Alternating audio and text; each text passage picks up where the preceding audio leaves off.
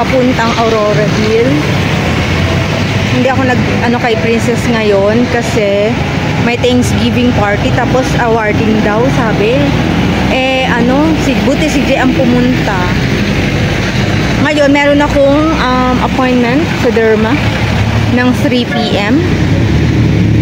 Time check, 2:30. Diyan, ma'am, siya sa Aura One Hotel and Restaurant. Diyan yung clinic, ma'am. Ayan, ma'am. Bali, first time ko na magpa-derma. So, kasi hindi na ako makatiis dito sa mga tumutubong tagyawat. Nagkaka-breakout ako.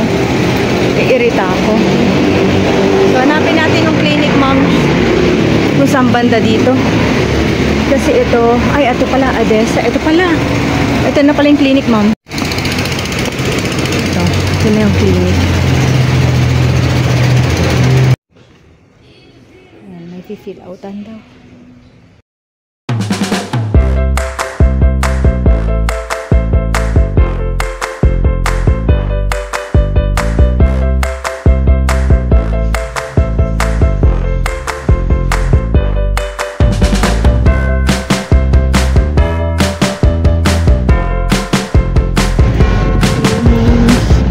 Sakay na ako ng jeep, tapos na. And ma'ams, nag-aantay na ako ng Trancoville. Ayan o, ma'ams o. Walang nakitang magpatingin daw ako sa OB. Baka nasa na ako, malapit na ako mag-menopause. Yung hormonal changes. O kaya daw baka na-stress ako ng katakot-takot. Pero may binigay na gamot para lang pag tunubuan ng tagyawat, hindi na siya magtatagal at hindi siya magpepeklat. Yun.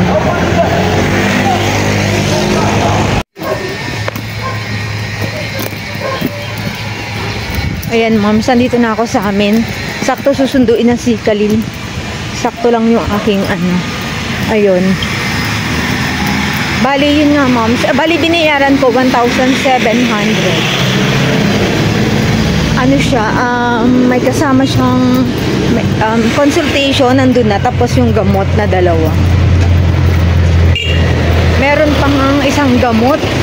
Hindi ko pa kinuha kasi 1,580 isa. Hindi ko pa kinuha.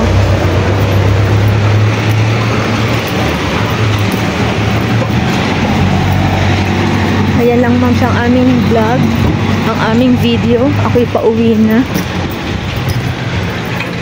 See you on my next video, ma'am. Bye!